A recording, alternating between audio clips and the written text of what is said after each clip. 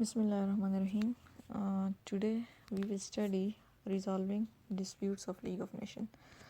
So this is the class of international organizations. In international organizations, we have studied history types and history of international organization types of international organizations, and we have studied League of Nations, structure of League of Nations, and then we have studied in last lecture resolving disputes. Some disputes we have discussed, and now the remaining disputes were Bolivia and Paraguay. Bolivia and Paraguay. There were some disputes in which League of Nations became successful and in which it was not successful.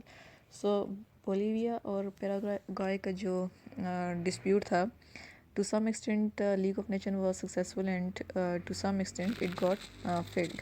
तो 1928 में अब हुआ ये कि जो Bolivia and पैराग्वाय हैं, इसको अगर हम मैप के अंदर देखें तो मैप के अंदर बोलीविया यहाँ से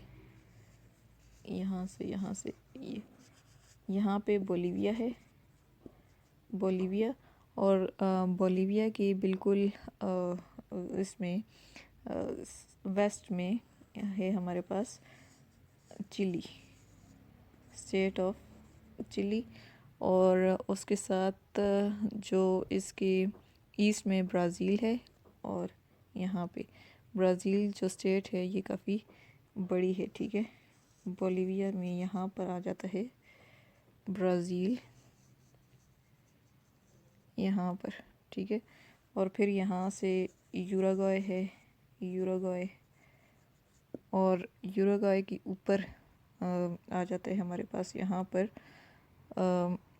पैराग्वाय, यहाँ पर आ जाता है पैराग्वाय, GAUY, और पैराग्वाय की इस तरफ हमारे पास आ जाता है अर्जेंटीना, बल्कि इसकी जो बाउंड्रीज़ हैं ये यहाँ से जुड़ी हुई हैं बोलीविया से। यहाँ पर इस तरफ आ जाता है अर्जेंटीना। अब ये था कि जो ये ब्राज़ील है, ठीक है, इसके ये साउथ अमेरिका के अंदर है, ठीक। यहाँ पर मैं आपको साथ साथ बता देती हूँ, साउथ अमेरिका के अंदर है और उसके बिल्कुल सेंटर में है। We can say that Bolivia है, इसके इस तरफ चिली स्टेट है, इस तरफ जो इसका ईस्ट है वहाँ पर ब्राज़ील है, और इसके साउथ में अर्जेंटीना है, और साउथ ईस्ट में पैराग्वाय है। पैराग्वाय का और बोलीविया का आपस में बाउंड्री इशू था, ठीक है। तो ये बाउंड्री इशू इस कदर बढ़ चुका था कि इन 1928 क्या होता है कि ये स्टेट्स बिल्कुल आमने सामने आ जाती हैं at the brink of war. तो जब ये at the brink of war आती हैं तो लीग ऑफ नेशन इनको वार्न करती है, ठीक है। तो the League Council sent telegram to the parties to fulfill their international obligations of setting the dispute by the Pacific means, ठीक है।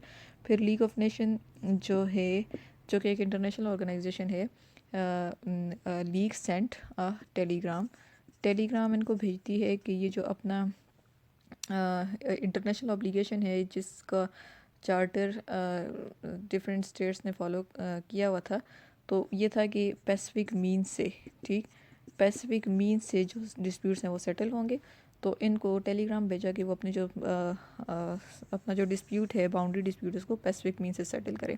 तो पहले स्टार्ट में क्या होता है कि both the states accepted the good offices of the pan American conference of arbitration and conciliation, ठीक है।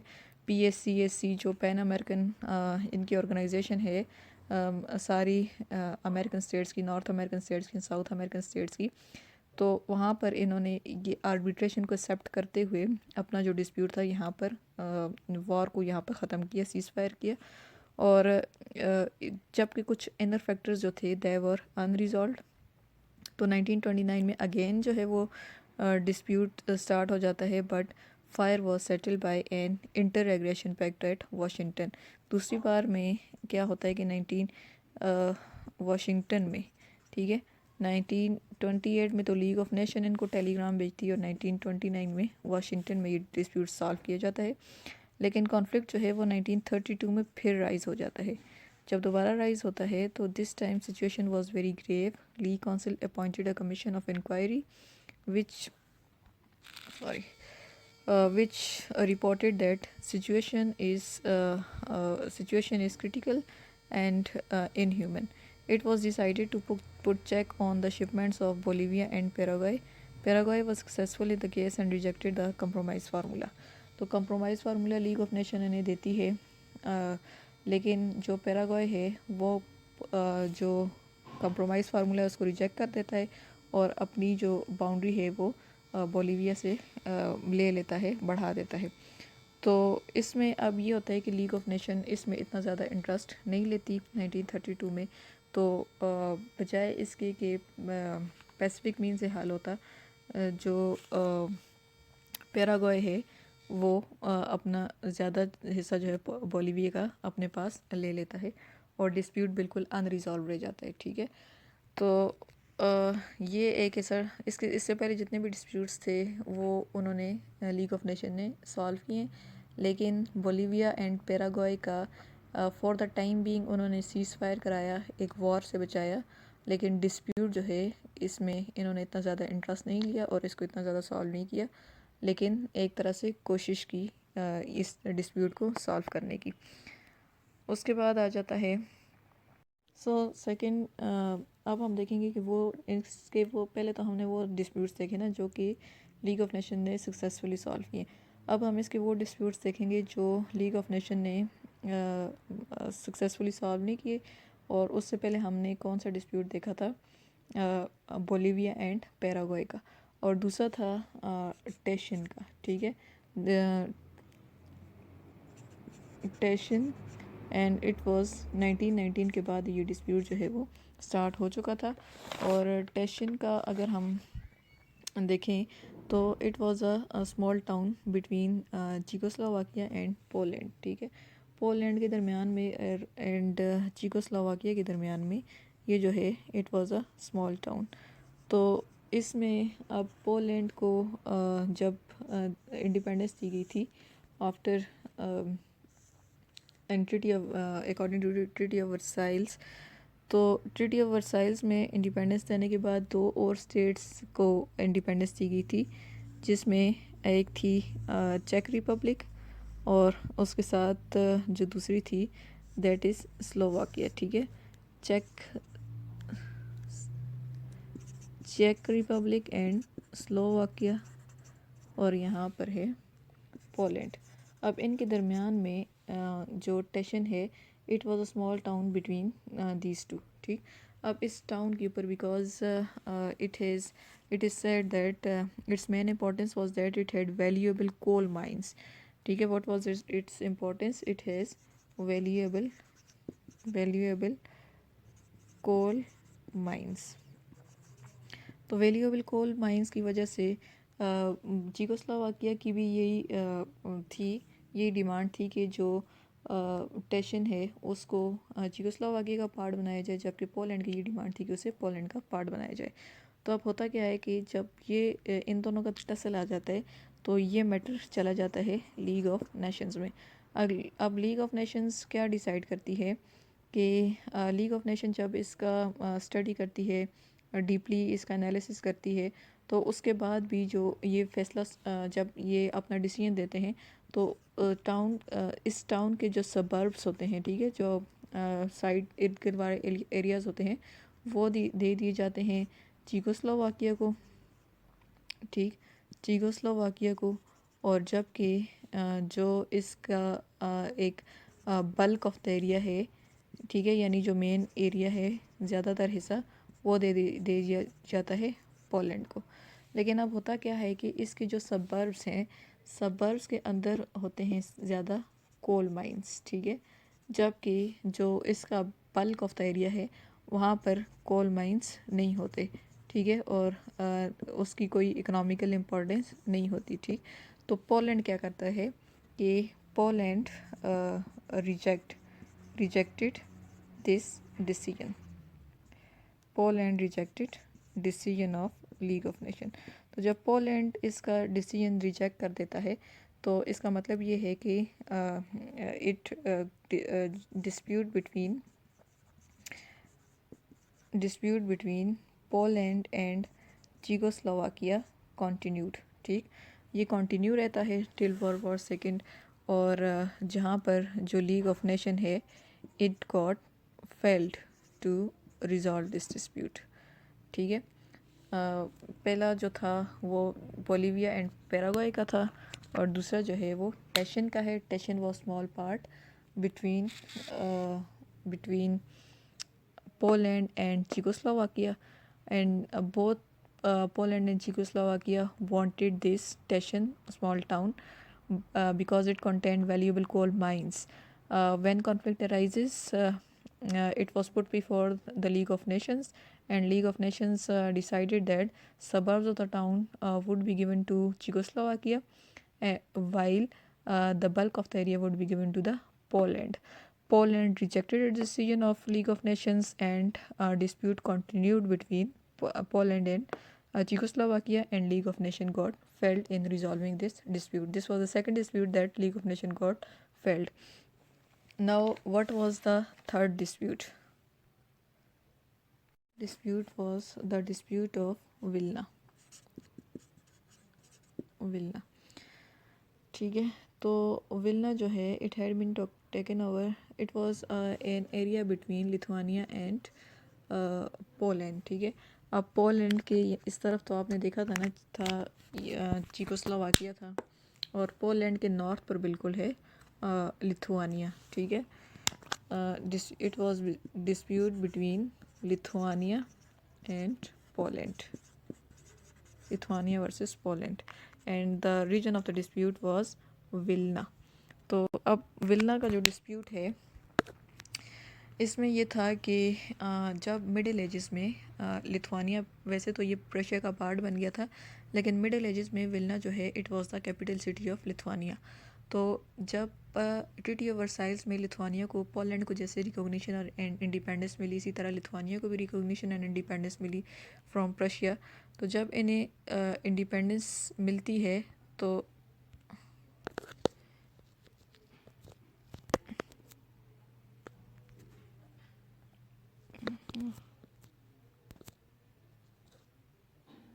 हाँ, तो जब इन्हें इंडिपेंडेंस मिलती है तो लिथुआनिया की ये विश होती है कि ये कैपिटल था, ये मिडिल एजेस में लिथुआनिया का कैपिटल था जब इसे रशिया के कैप्चर करने से पहले। ठीक है, तो जब रशिया के कैप्चर करने से पहले ये था इसका कैपिटल था, तो अभी भी इसे इसका पार्ट होना चाहिए।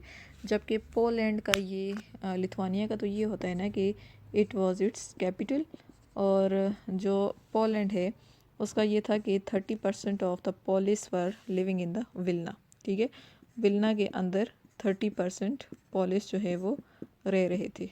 ठीक, पोलिस, तो इसलिए पोलैंड की ये विश थी कि जो विल्ना है it must be the part of Poland, while Lithuania wanted it to be the part of Lithuania.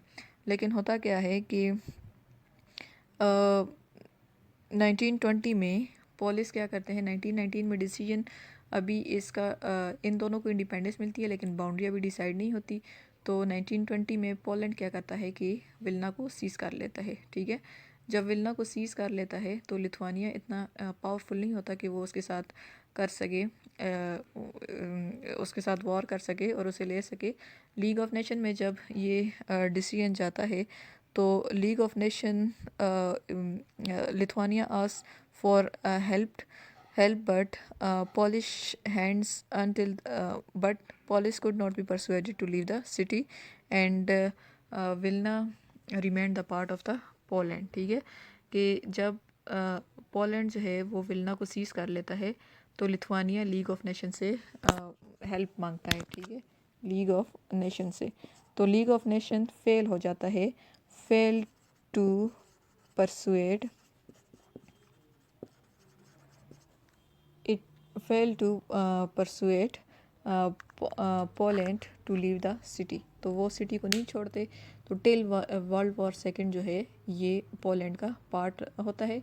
और फिर डिस्प्यूट अनरिजॉल्व करने का मतलब ये है कि लीग ऑफ नेशन जो है it was a failed international organisation. उसके बाद जो नेक्स्ट है हमारा, it was invasion of Ruhr. Ruhr valley वैली ये स्टार्ट कहाँ से होती है, इसको हम साइड से हटा देते हैं। इन्वेजन ऑफ रोर पोलैंड के साथ अगर हम देखें तो यहाँ पर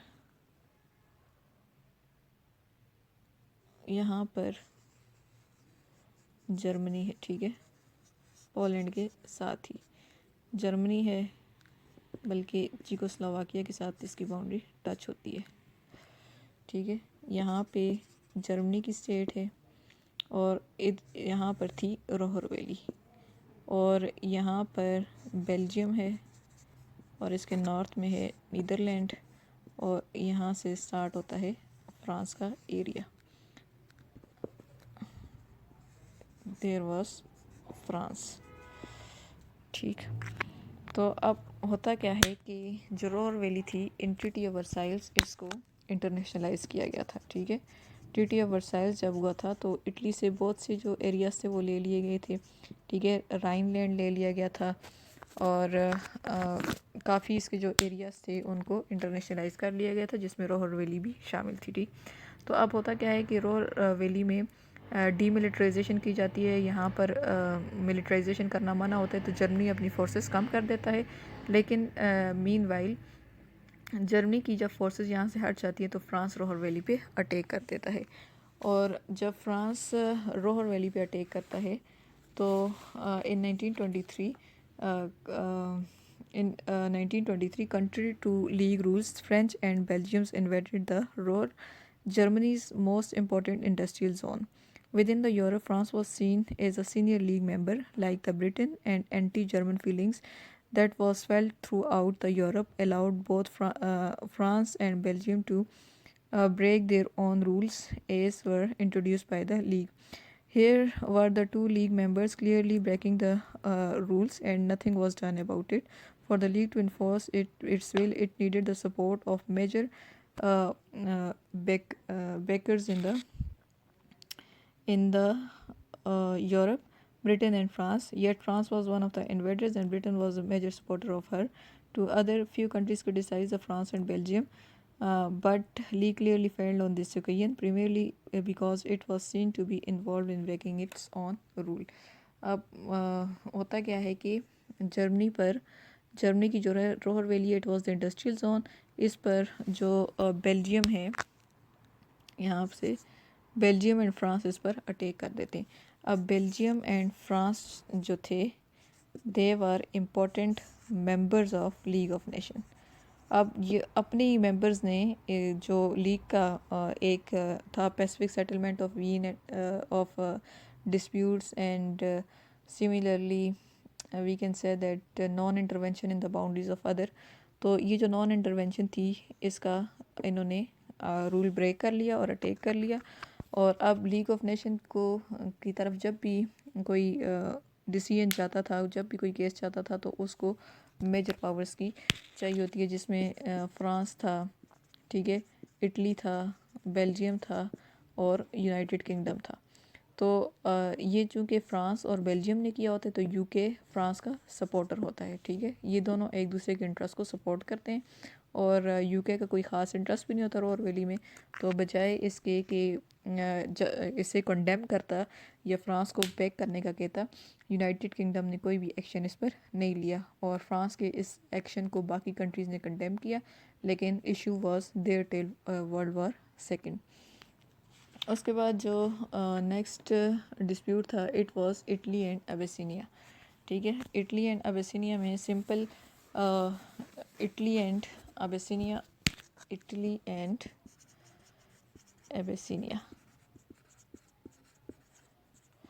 तो इटली एंड अबेसिनिया में ये है कि अबेसिनिया जो प्रेजेंट डे इथायोपिया, और ये है भी कौन सी स्टेट के अंदर, कौन से कॉन्टिनेंट के अंदर है, अफ्रीका के अंदर, ठीक है। जबकि इटली जो है वो यूरोप के कॉन्टिनेंट के अंदर आता है। तो इनकी अपनी इंटरेस्ट थे अफ्रीका के अंदर, और इटली का जो इंटरेस्ट था वो अबेसिनिया के अंदर था। तो इटली ने क्या किया कि अबिसिनिया पर इसका जो बिकॉज़ इटली के अंदर भी जो है वो डिक्टेटरशिप थी, ठीक है, डिक्टेटरशिप ऑफ मसलिनी की डिक्टेटरशिप थी and they were expanding there powers and for expanding his power they attacked on Abyssinia. और बजाय इसके कि अबिसिनिया को कंडेम करता या लीग ऑफ नेशंस का कोई हल निकालता, अबिसिनिया वॉज डिवाइडेड, ठीक है। और डिवाइड करके इसका जो पार्ट था, इसका कुछ हिस्सा जो है वो इटली को दे दिया गया और कुछ जो है वो अबिसिनिया में उसको रखा गया। और ये जो डिवीजन ऑफ अबिसिनिया है, we can say that division of Abyssinia was another failure of League of Nations. This also remain unresolved, ठीक है। तो ये कुछ डिस्प्यूट्स थे, ठीक। हमने डिफरेंट इनके डिस्प्यूट्स पढ़े जो लीग ऑफ नेशन ने सॉल्व किए हैं या करने की कोशिश की है, तो उनमें ये एक डिस्प्यूट भी इम्पोर्टेंट था। तो उसके बाद जो इम्पोर्टेंट डिस्प्यूट है दैट वाज मंचूरियन इंसिडेंट, ठीक है, या इसे मकदन इंसिडेंट भी कहते हैं। मकदन इंसिडेंट और इसे क्या कहते हैं, मंचूरियन इंसिडेंट, ठीक है। मंचूरियन इंसिडेंट और मंचूरिया जो है इट इज़ अ स्टेट। तो जो मुकदिन इंसिडेंट था, it is also known as Manchurian incident, ठीक है। ये मैप के अंदर आपको नज़र आ रहा होगा, चाइना के बिल्कुल नॉर्थ में जो है वो मंगोलिया है और मंगोलिया के साथ मंचूरिया है, और ये यहाँ पर है जापान, ठीक है। जापान है, जापान से ऊपर थोड़ा हम जाएँ नॉर्थ में तो साउथ कोरिया है, देन नॉर्थ कोरिया है, एंड नॉर्थ कोरिया के साथ ही ऊपर चाइना है, और चाइना के बिल्कुल नॉर्थ में ये जो रीजन था दैट वाज मंचूरिया। तो इसे मकदन इंसिडेंट भी कहा जाता है। तो Mukden incident was one of the league's major setbacks and